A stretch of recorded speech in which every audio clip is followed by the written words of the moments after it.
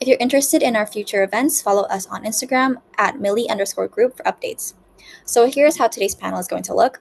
We have some questions pre-prepared already, but you can also submit your own questions for the Q&A in the chat bar. The first 45 minutes or so, we'll go through the prepared questions, and after that, we'll let our panelists answer your questions. I encourage you all to ask any questions, whether they are general questions for everyone, or you could direct it to a specific panelist, either is fine, and I'm sure all of our panelists would be more than willing to help you get to the right answer. So today we have three amazing panelists, and we will hear from them about their experiences. So as an introduction, could each of our panelists please tell us your name, the university you attended, and the major you studied, the city you are currently in and or from, and then one fun fact about yourself. So we can start with Alexandra. Hi, I'm Alexandra or Alex. I did my undergrad at King's College London, and then I just did my master's at the London School of Economics. I'm currently in Boston in the US. And fun fact, I've lived in 5 countries. Hi everyone, I'm Gabriel. I'm currently at the University of Chicago. I'm a second year studying political science. I'm currently in Chicago. It's our spring trimester, but I'm from New York and Barcelona. Hi, my name is Manisha Pierre. I'm an undergrad at Penn State University studying international relations. I'm from New Jersey, but currently I'm in Pennsylvania State College. And one fun fact is I love playing softball. All right, thank you so much, everyone, for those introductions. So let's get on straight to the questions. So the first set of questions will be more on academics. So my first question is, what motivated you to study political science at university? And did you always know you wanted to pursue this field? So yeah, we can start with Alexandra. Okay, so I did international relations undergrad, and um, I was motivated to do it kind of because I had lived in so many places, and so I have always been interested in like different cultures and just the relation between different countries. I didn't always know I wanted to do it. In high school, I was like very focused on economics, but then I did like some summer session that like centered on economics and realized that that was not for me.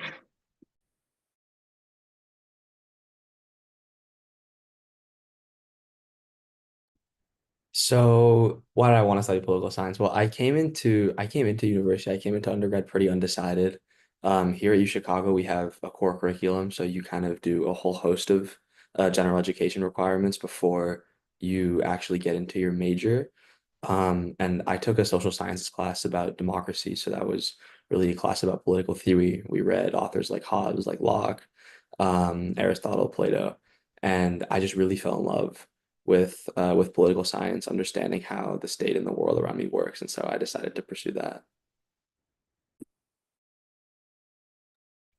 Yeah, what motivated me was I love the idea of learning about American governments, uh, different types of systems. So, what really attracted international relations for me was learning about this different systems and how diplomacy work in other countries.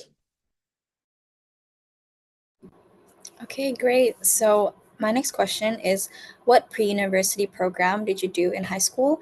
And so, like, what are some of the subjects that you choose, and how did it prepare you for studying political science in university? So I did IB and um, I focused on like economics, English, languages. I did French and Spanish. Um, and I think that was just like a good base because I feel like you can start political science or international relations from like a lot of different backgrounds, but just having that foundation, I think is very helpful. So I also did the IB. I was studying in Barcelona at the time. So I did the IB at an international school there. And I think the IB is just a program that makes you really well-rounded. I mean, they kind of force you to take all these different subjects. So I did English, Spanish, history, but also business management and this environmental science class as well. And so I think that prepared me and made me much more well-rounded and made me prepared for the university experience I'm having today, where like in addition to just studying your major, you also have to go through this host of other things and other requirements to like come out and get a degree as a well-rounded undergrad.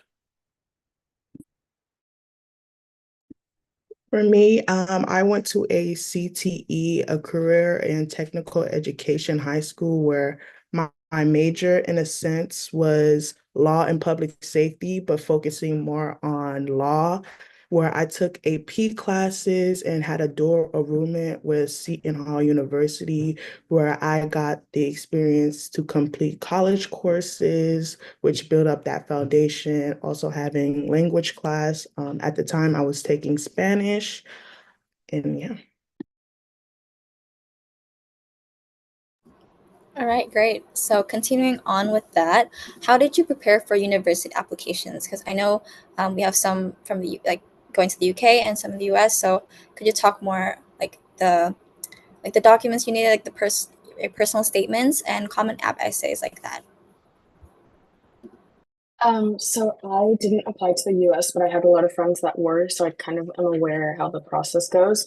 In the UK, it's much more like they want to see that you have the grades and they want like a personal statement that's quite like short and sweet. Like they literally just want to know exactly what you've done like academic wise, and if you play sports, that's a plus. I do know that in the US they give like a lot more importance to your extracurriculars, so I feel like that's one big difference. But yeah, so for us, or for in my case, it was just a case of like writing my personal statement and making sure it was like concise and stuff. And I didn't have to write any of those Common App like essays.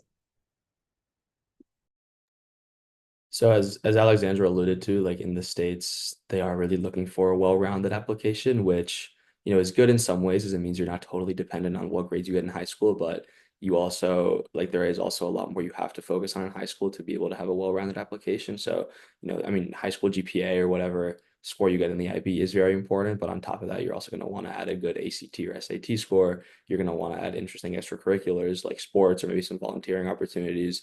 You're also going to want to add and like a really good Common App essay, or if you're applying to those higher end schools, also really good supplemental essays for those schools individually.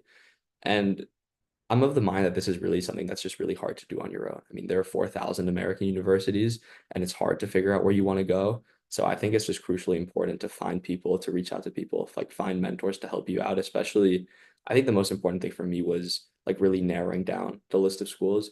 I ended up applying to, I think, only 13 schools, which is on the lower end these days. I think you hear about people applying to 20, 25, or 30. But I think that really helped me narrow down where I wanted to go and have a well-balanced list. So that was super helpful. Yes, with my mentor, he suggested that I start brainstorming my personal statement during my junior year of high school. So once I started like brainstorming that, I believe I had like two personal statements. I had one that was like very vague for the Common App essay, and I had one that was like more specific on my personal statement, because with the Common App essay, it do tend to be vague on like how do you what do you like with the Common App essay, they usually ask what benefits will you bring to the school. So more of like, one personal and one like academically, like extra curriculum and everything. So some of you mentioned how extracurriculars like played a big role, especially in the US applications. So could you talk more if you did like any extracurriculars that you did in high school that helped in your university applications? Yeah, so pretty standard, but I was part of MUN. I did both. I like debated, but I also was part of the admin. That was my main one. I also was kind of looking if I would be interested to go down the computer science route, which has nothing to do with this, but I was part of a club, um, a computer science club as well. I mean, let me just preface my answer by saying I think the most important thing when it comes to extracurriculars for a college application is doing things that you're truly passionate about and doing things that you're truly interested in, and therefore doing things that you can actually talk about passionately, like in an essay or in an interview. Because like admissions officers are very smart people and they've read a billion applications, and it's easy for them to tell whether these are just things you're doing because you think it's things colleges want to see, or if these are things you're doing because you're really passionate about them. And I promise they prefer the latter. And so for me, I did a few. I'm a huge soccer guy, so I always played soccer growing up. So I played soccer year round, especially those last 2 years in Barcelona. I played the piano. I had an interesting internship opportunity with a startup in the Dominican Republic. Um, yeah, I think those are the big ones.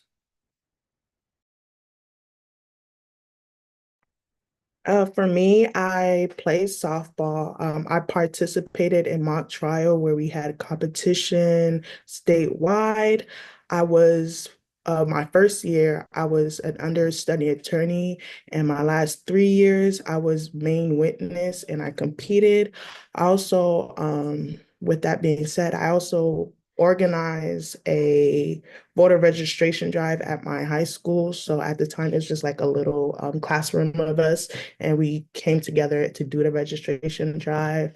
We also had like a group where we had to write a research paper about food insecurities and present it in front of research experts at Rutgers, New Brunswick. I also done that.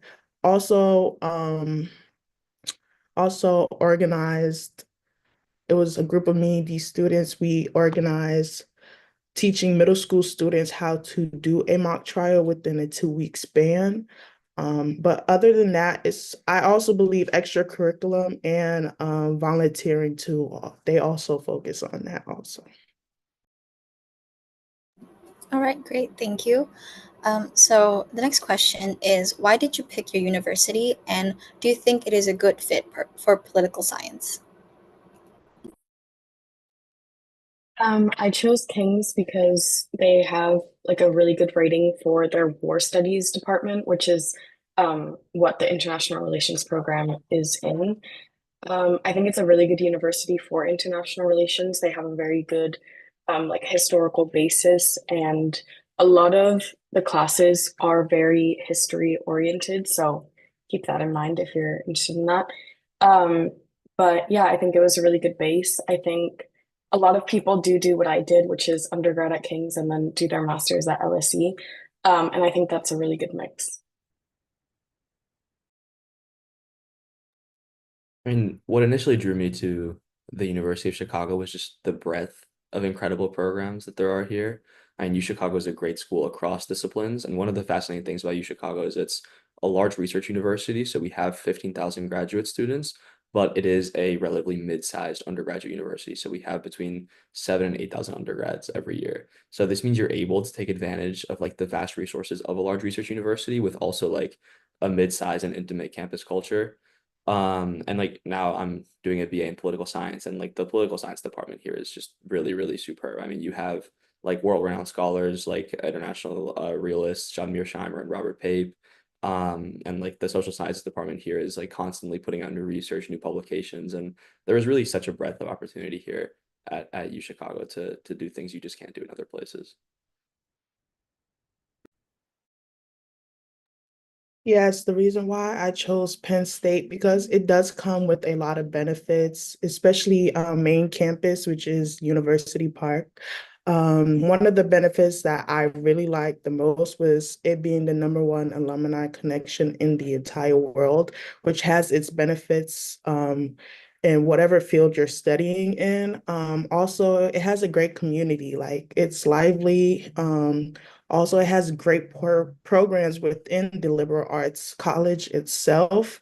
Um, I believe there's like 15 programs within the liberal college, which focus on political science, international relations. And like within those programs, you get great internships, great research opportunities, like just a lot of resources that you could use yourself. Okay, so next is, can you describe the typical structure of your classes? Like, is it mostly lectures? Could you tell us more about the grading structures? Is it mostly individual work or group work, etc.? So my first year of uni was during COVID. So at first it was just like online lectures. Um, and then our seminars were over Zoom. In second year, when we went back to campus, it was like one or two lectures a week, usually two, and then we would have a seminar. which is where we would like discuss the readings and just our ideas on it. Um, in terms of grading, we have like the British system, so it was like first, 2-1, 2-2. And yeah, it was quite a lot of group work. I think they like to see that because they want you kind of to be more social and like collaborative. So we definitely had a lot of that. Occasionally we would have like just like a presentation to do on our own, but I would say the majority is group work, at least for me. So for the poli sci classes at U Chicago, most of them end up following the same structure, which I think is similar to what Alexandra just mentioned. So it's normally two classes a week, which are an hour and 20. Um, and those are usually lectures. And then there's usually an extra discussion section, which is 50 minutes or also an hour 20, where you can like discuss the lectures, discuss the readings you did that week for the lectures. But one thing I will say is I think the professors here do a great job of making the lectures interactive. I mean, it is obviously mostly them talking, but especially when it's a smaller class size, like 25, 30, 35 kids, they do a good job at getting like the student body in that class engaged and answering questions and discussing amongst each other. In terms of work, I think major assignments usually end up being individual, whether that's a final paper or a final test or a midterm. But there definitely is a good mix of that, plus like group presentations or problem sets you can work on as a group. So I'd say it's pretty varied.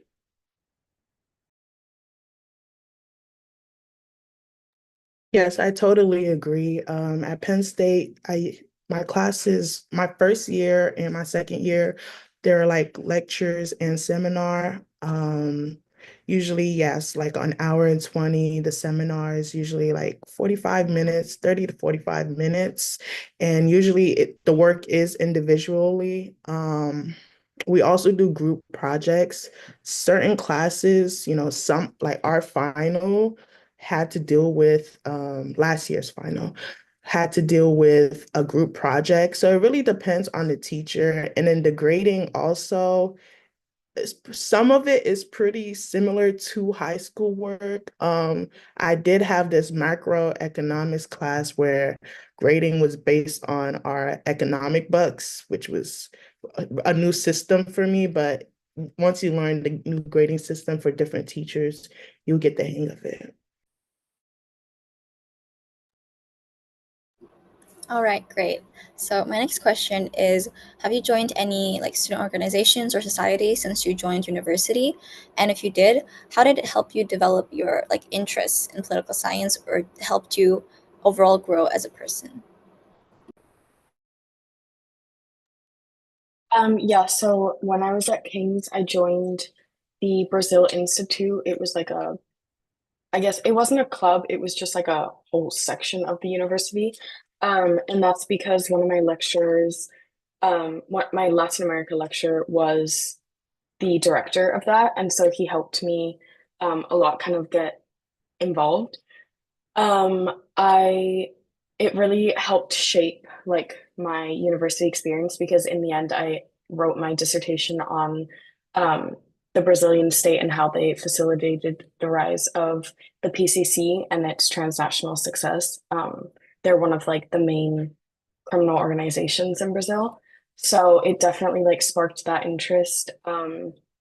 It also just, I think it's really interesting to start international relations or political science kind of like more broadly, and then find something specific that you really enjoy. So for me, that's like Latin America and all the different countries and I mean, crime, migration, everything.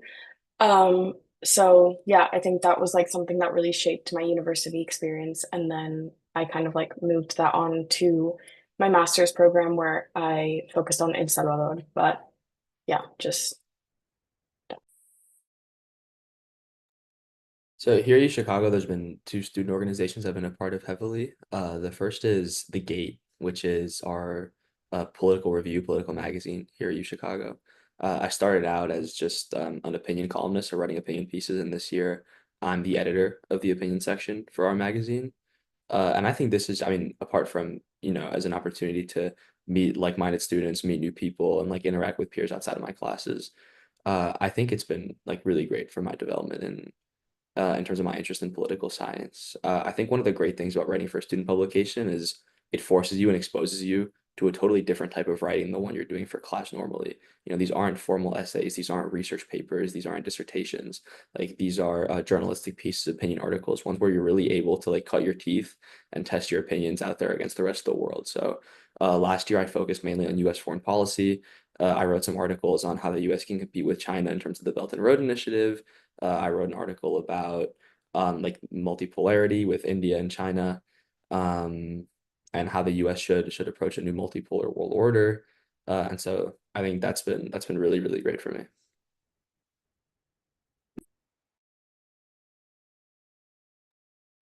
One organization that I'm heavily involved is MULA, which is the Multicultural Undergrad Law Association, which I believe helped me where I attended law conference where I made connections with students, keynote speakers. We also conduct mock trials too, where I was again a main witness.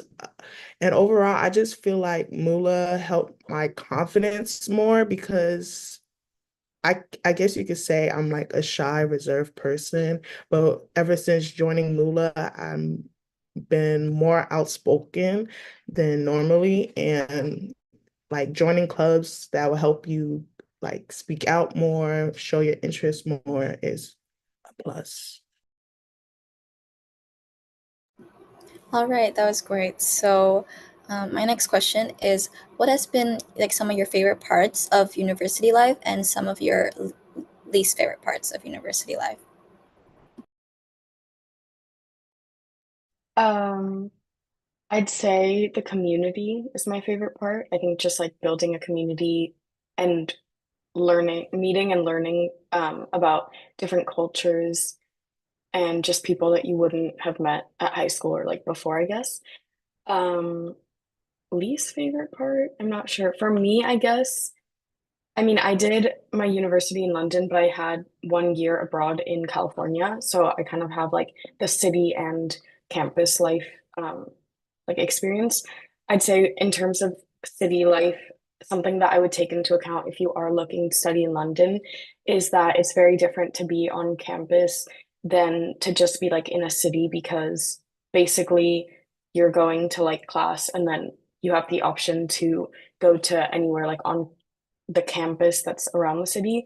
But in general, most people will just like go straight home or like go somewhere else that's not on the like makeshift campus in the middle of the city. So that I definitely preferred like campus life in California. Um, I think you like build much more of a community and you're like more involved and it's just easier to meet people. But yeah, something to take into account.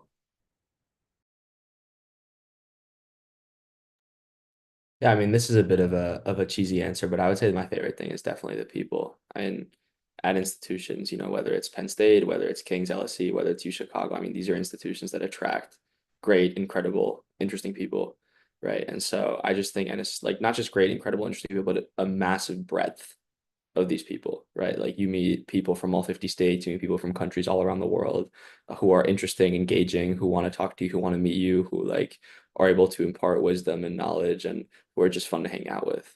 And so I think like the breadth of friends I made from different places, different creeds, different origins has been just awesome and really, really rewarding. And it's been super rewarding to build a great university community. Um, Least favorite thing, I would say the workload gets intense sometimes. There's always 2 or 3 weeks a quarter that are brutal, whether it's like midterms or finals week. Uh, U Chicago has earned the reputation as the place where fun goes to die, which I think is not totally fair, but I think 1 or 2 weeks a quarter becomes true. So sometimes the workload's intense.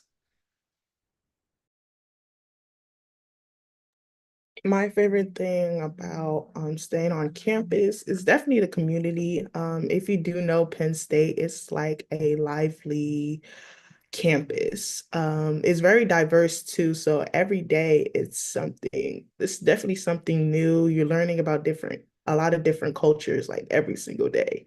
There's something that's called the Hub at Penn State where a lot of student organizations, hold fundraising or just student organization where they talk about their clubs and just interact with the students. You could study.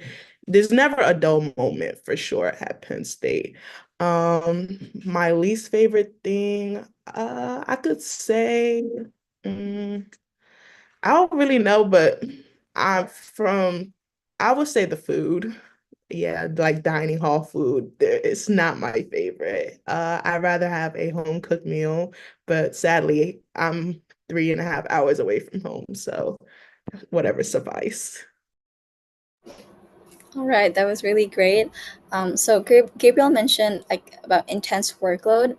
So kind of relating to that, did you have any challenging classes at university? And if you did, how did you get through this? Like, did you seek help from like a TA or professor, or did you go to like the online resources or additional materials? Could you talk more about that? So my challenging class was definitely in my master's program. Um, in terms of undergrad, I think it's very helpful that you can go to like office hours, you can talk to a professor after class. I think there are quite a few resources. Also, like ask your friends if they know any additional resources other than the readings or whatever you're struggling with.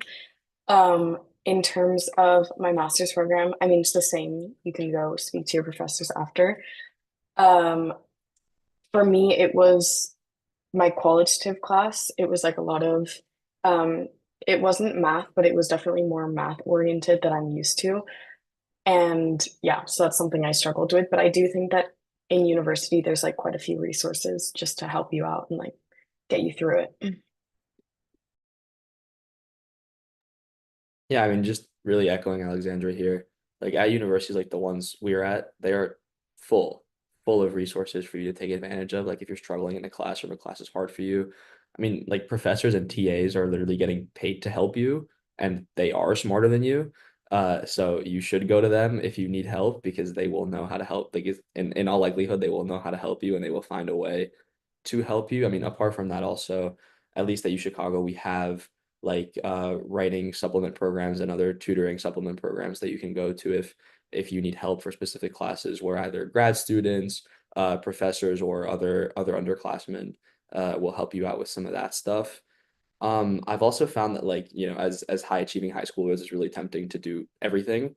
But in college, sometimes you have to pick your battles. I'm in a class right now for international relations where we have over 400 pages of reading for Monday, and I will not be doing those 400 pages of reading for Monday. Like as a college student, you have a limited amount of time and you have to decide like where to best direct your resources.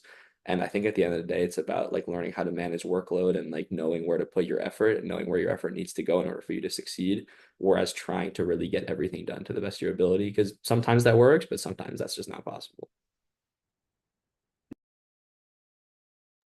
Yes, I agree. With Penn State, we have um, office hours. For me, I take office hours very seriously. When I'm, especially when it's coming closer to exams or midterms, taking advantage of office hours, you have like that connection with the teacher that could help you. TA, definitely use that. When you think of TA, just think of like the right hand of the professor. So like they will know everything.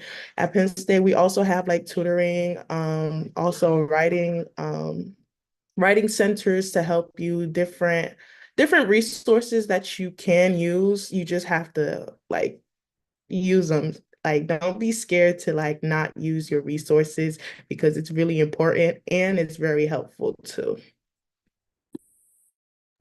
Okay, thank you so much, everyone, so far. So, moving on to the next set of questions, more on the career side. My first question in this section is have you taken any internships or like career experiences while in uni or even before that that have improved your understanding of political science? Yeah, so I I wanted to use internships as like a way to just kind of gauge what I wanted to do because I wasn't quite sure, especially in my first year of uni. So I did an internship where it was like focused more on journalism because I really like the investigative side of things. So I did that. I was also a Latin America analyst for KSG. And then more recently, I did an internship at Tehil, which is an organization. They have offices in like Costa Rica, I think Buenos Aires, um, and Washington, D.C. And that was really valuable. I worked with human rights lawyers and focused on El Salvador and Honduras, which are two countries that I've been very interested in. And that was just kind of like a great way to gauge whether or not I would want to go into law, or I was focused more on the investigative side again. So it kind of just got me thinking about what a career in this would be like and just see like the day-to-day work. And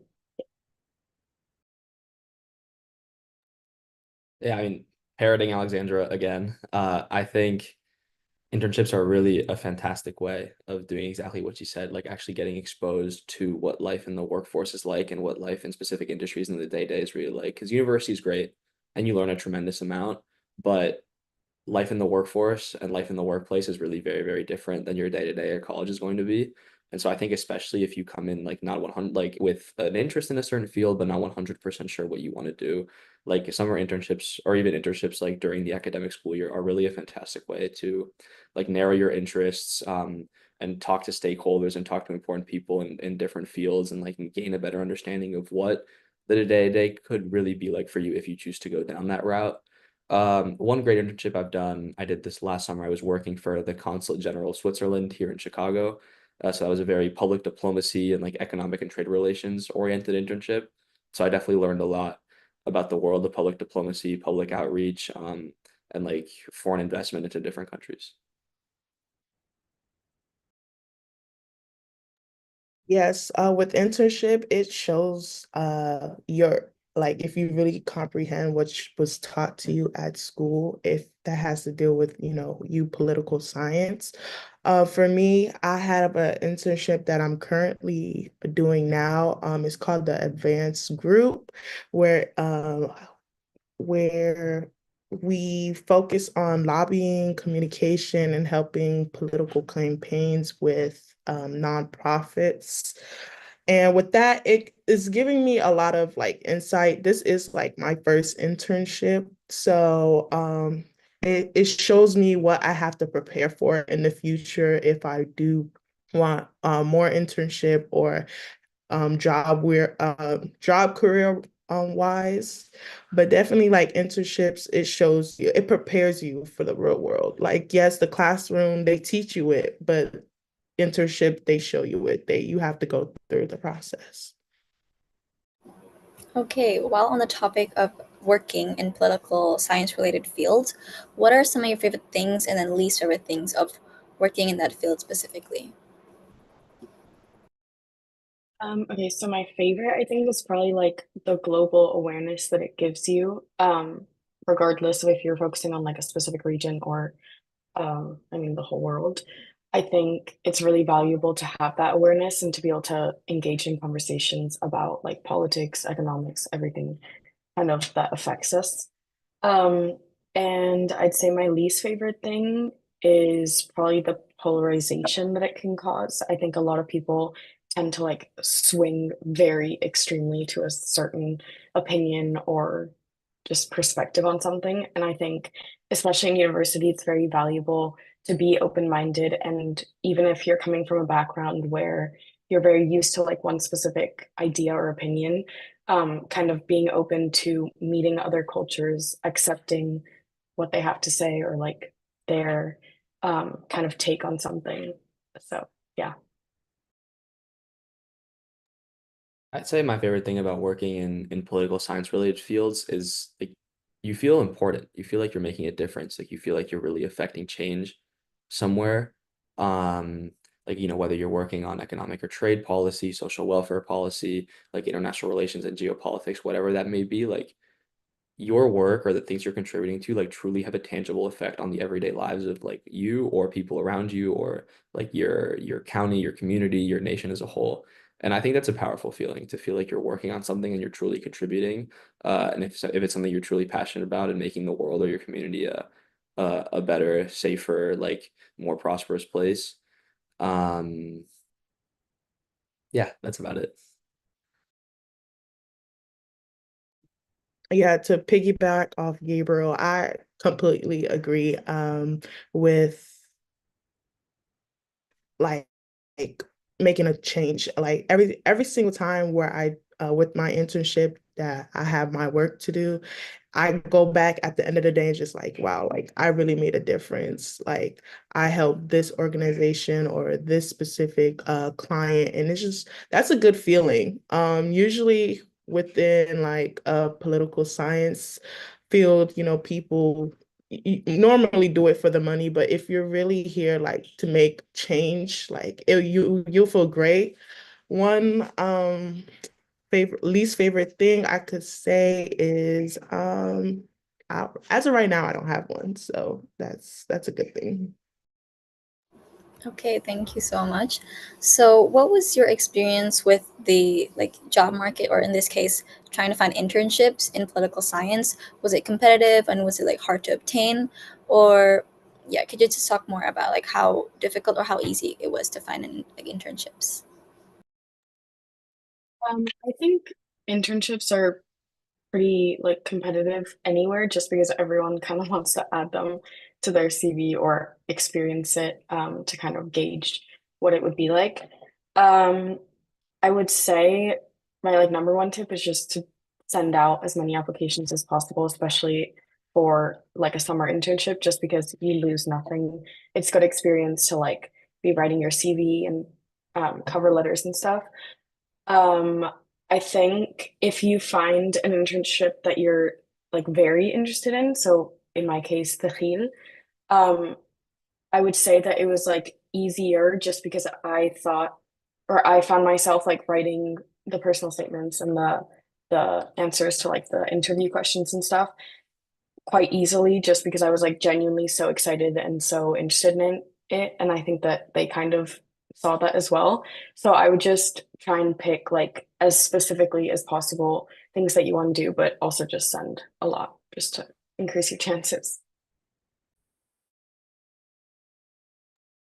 I would say the internship market is can be pretty brutal. I mean, like you have people from top universities all competing for like the same like limited select jobs and internships over the summer. So it can be rough. I think applying to internships definitely has a steep learning curve, but the great part is like it does get easier. Like once you figure out what people want and what people are looking for on your CV, once you figure out how to write a cover letter, like once you've written one cover letter, you've written 50, you've written 100, you've written 200, right? So these things all get easier the more you do them. Like practice makes perfect is cliche, but I really do think for applying to internships, it does hold true.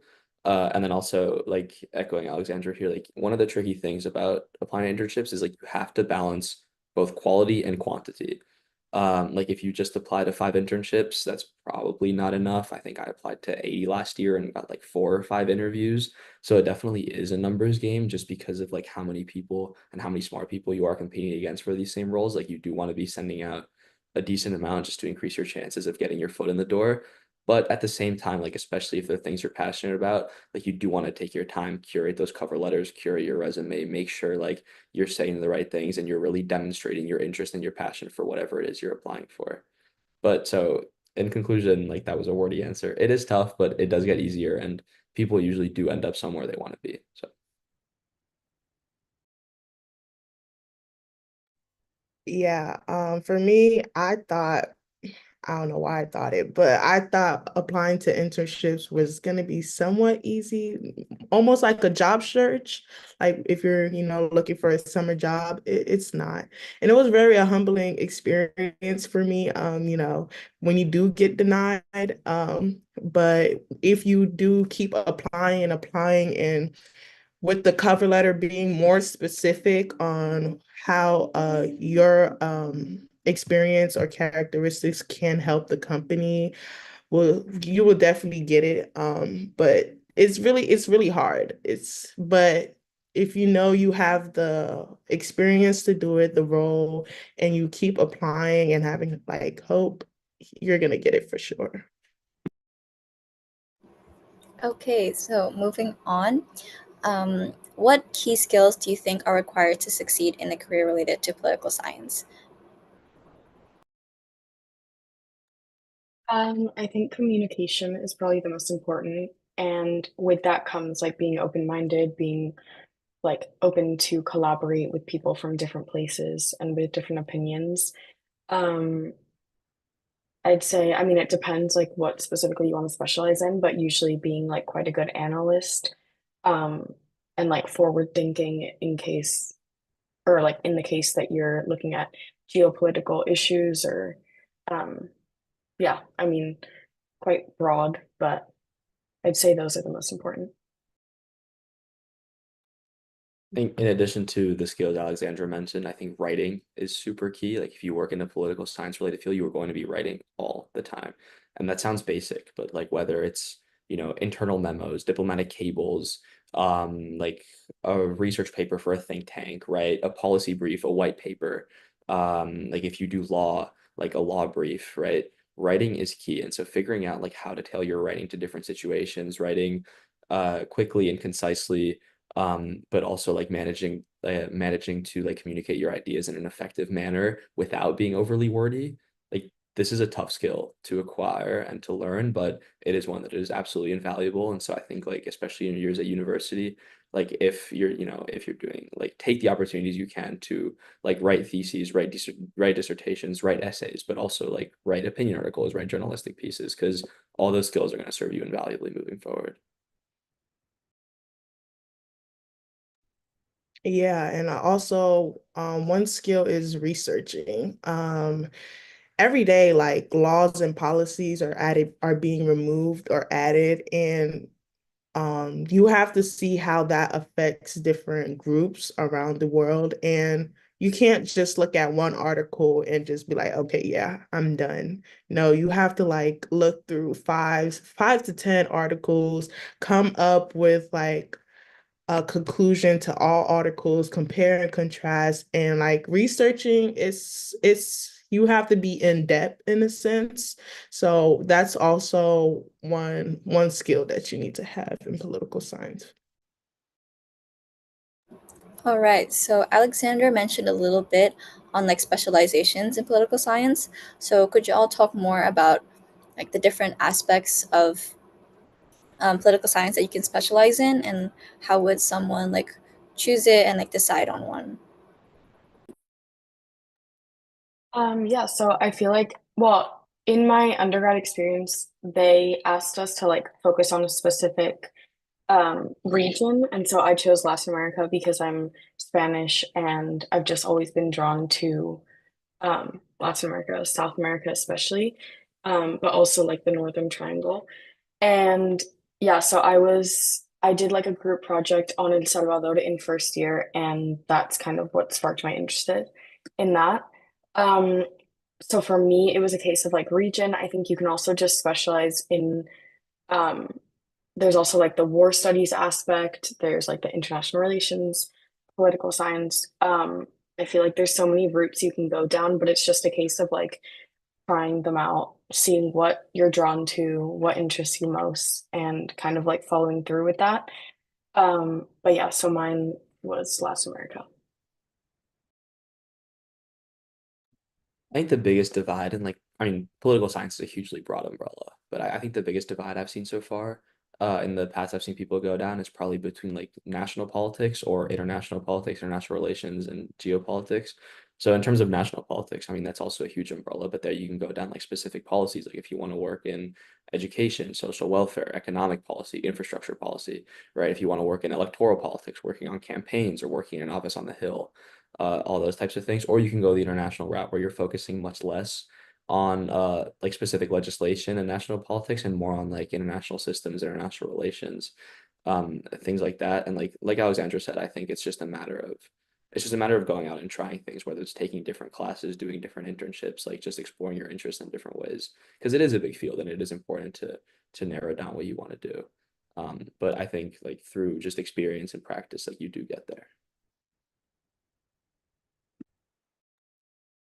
Yeah, with political science, it's a lot. It's with and international relations. I'm still learning like what's specifically what I want to do into international relations, but specific like what I'm thinking of is like focusing on like socialist values and how to like incorporate it.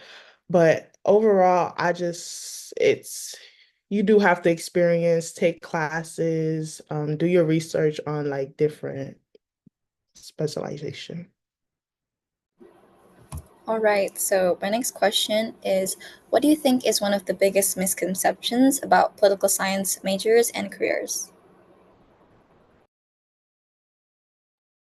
Um, in my experience, I felt that some people, I mean, it is a very broad subject. I think you can go down a lot of routes, but I also think there are like boundaries to that. And I have found that a lot of people are like, oh, if it's not science or like math or engineering, then maybe it's just like anything else. And yeah, so I would say kind of you can go in a lot of directions, but I think um there's quite a few misconceptions about like where that ends. I think the biggest misconception I've heard, especially when I tell people I'm getting a political science degree, is like, oh, you're going to go be a politician, right? You're going to go run for office. You're going to go work in the Senate or in Congress or I don't know, like in the White House. Like, no. And I tell them, no, no, no. I have absolutely no interest right now in being an elected official. And there is so much beyond elected office that you can do with a political science degree and a whole breadth of careers and options you can focus that are not necessarily in national government.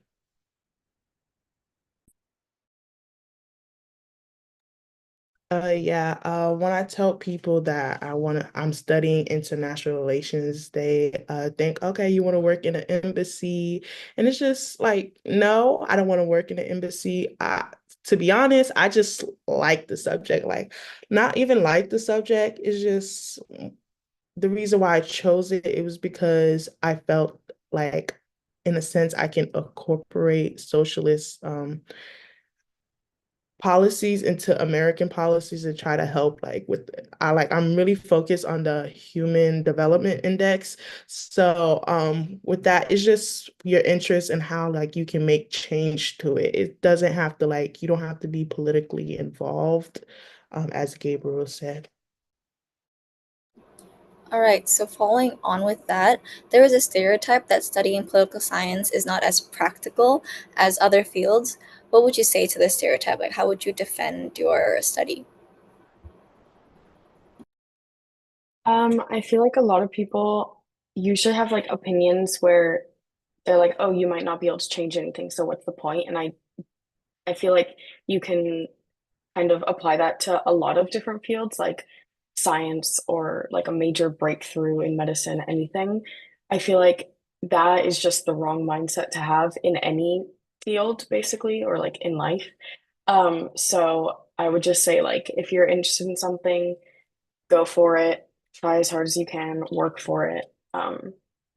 There's like no need to have a negative perspective on it. I think one of the biggest negative perspectives I hear about a poli sci degree is like, oh, what do you do with that? Where do you go with that? What happens post grad, right? And I think that's just a huge misconception. I think poli sci is like the fact that poli sci is such a big umbrella means you can go anywhere. I mean, I mean, yes, there are a lot of poli sci grads that go into elected office or go work on the Hill or go work in public policy, but there are also poli sci grads who go get an MBA and become entrepreneurs. There are poli sci grads who go to law school. There are poli sci grads who become journalists or work at think tanks or work in public diplomacy or even go into academia and pursue a master's and PhD, right? And like I think one of the great things about a poli sci degree is it opens so many doors, right? It closes very few doors and it opens so many. And in a lot of ways, I think a poli sci degree is the most practical degree you can get because I mean politics touches just about every aspect and region of our lives. I mean, if you're an entrepreneur, you have to know about politics and you have to know how to interact with government, right? If you're a lawyer, same thing. Um, and so I think like there's just tremendous value into getting a degree that helps you understand the world around you, helps you understand how the world works, and helps you understand how different parts of the world, where it's economic, political, social, cultural, all interact.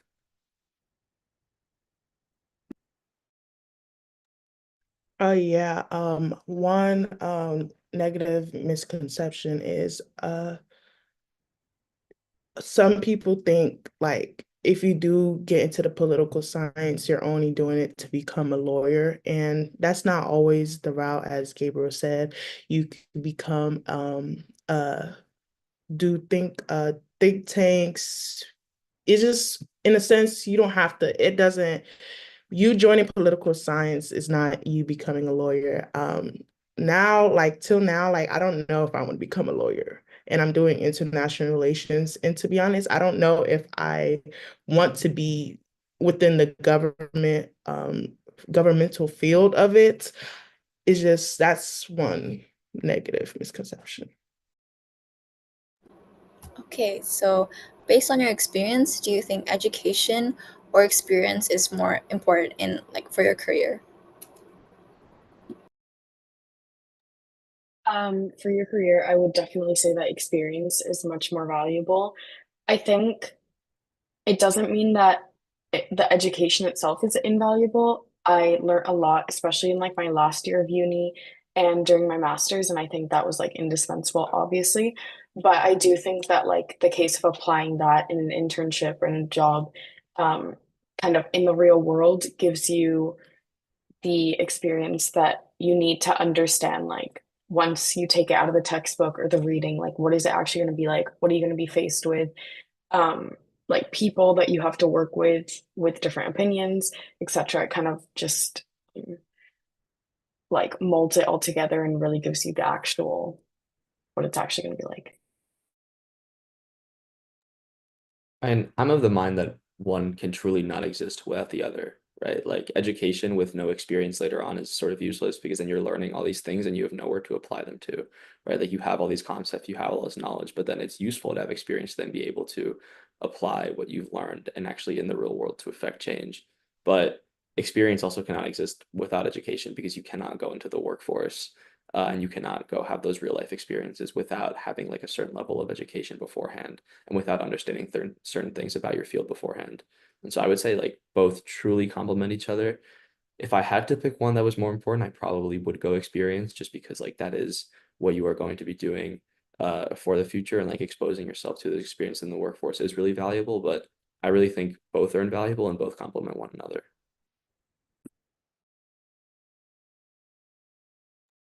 Yeah, I've been told everyone could like sit in a classroom and get an education, but can you really apply your education to what you're doing? And I really think experience is, in a sense, more important than education because you have to showing your experience, you can see whether or not if it's for you or if it's not for you. Because if you go and you let's say you have an internship and you see, okay, yeah, this is not the type of work I want, you can obviously change, your major and everything. But within like when you're searching for internships or a job, they look at your experience. They, in a sense, not always look at where you got your education from, but what experience you've done. Okay, so thank you so much, everyone, so far. So to close off today's panel, I have one last question. So if you could give yourself your younger self one piece of advice, what would it be? Kind of cheesy, but I would say just like go with the flow. I remember in my senior year of high school, I was like so stressed thinking that I hadn't found like something that I was super passionate about. And I had friends who were like so decided on like being a surgeon or just going down like the chemistry route, anything. And I was kind of like, oh, I don't have that thing that like really excites me to learn about. But I found that in my first year of uni. I also think a lot of people stress on like whether or not the uni course that they're choosing. I mean, it's different in the UK because you choose it and you basically are stuck with it for the 4 years. I know in the US you can like go in undecided and stuff, but in the case of the UK, I would say like don't worry as much about what specific course you're choosing and if you're in like hate it and not be able to switch. I would just like go in open-minded um, and just see like if anything comes of that first year and sparks your interest, which is what happened to me. Yeah, I mean, this is a similar answer, but I would tell my younger self to not stress about not having all the answers just yet. Like, when you're applying to university, you're 17 or 18, and that's young. And like, you have your whole life ahead of you, and like it's probably unreasonable to expect that you should know exactly what you want to do in university, or exactly what you want to do for the rest of your life. right? Like you need those formative experiences in order to figure those things out. And so I would say like going into college undecided is 100% okay. And I know a bunch of people who went in undecided and who have like now found their passions and found things they're passionate about and good at and want to be doing with their lives. And so yeah, I definitely like you don't have to have all the answers right away. You don't have to know what you want to do like immediately at 16 or 17 or 18. Like you have time to like take those experiences and figure those things out. One advice I would give my younger self is do not compare yourself to others, especially during the college applications. Yes, you see your friends applying to Ivy Leagues or um, colleges that's like, I guess you could say Ivy Leagues and them getting accepted, but don't compare yourself. Like go to a school that you know that you love. Yes, going to an Ivy school is, great, but there's schools out here that has like just the same programs, better communities. So just that's what I would have told myself because definitely during senior year, I was comparing myself a lot to other people, but at the end, I'm happy of the choice that I made. All right, so thank you so much to our panelists for spending the time with us today. It was a wonderful insight into political science majors, what the key highlights are, as well as some insight of the life of a university student. So thank you so much, everyone, for being so open and honest. Thank you also to the viewers. I'm sure you can all agree that our panelists have done a fantastic job and they've provided some crucial information into guiding your decision making around your next steps. So, once again, if you need any help with university and career guidance, do check out our website and Instagram, and you can contact all of our panelists via LinkedIn to get help with any questions you may have. So, thank you so much once again, and have a great rest of your day.